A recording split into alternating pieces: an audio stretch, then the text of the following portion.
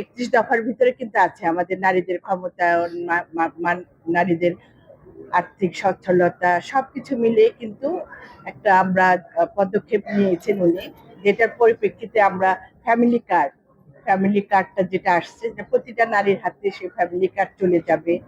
পরবর্তী সময় নারীদের আরো যাতে তাদের সন্তানদের বিশেষ করে যাদের মেয়ে সন্তানদের লেখাপড়া যাতে আরো ভালো সুযোগ সুবিধা আসে সে ব্যাপারেও পদক্ষেপ নেওয়া হবে।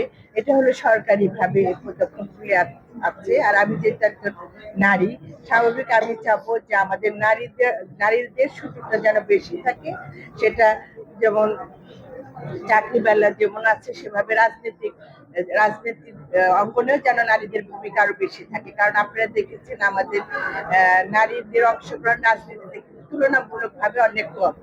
আমরা চাই যে একটা রাষ্ট্র গঠনে নারীদের বড় ভূমিকা, কারণ নারীরা যেমন ঘরও সামলাতে পারে, তারা তাদের পাশাপাশি তারা তাদের দেশকেও চালাতে পারবে এবং রাষ্ট্র পরিচালনায় তাদের ভূমিকা রাখতে পারবে।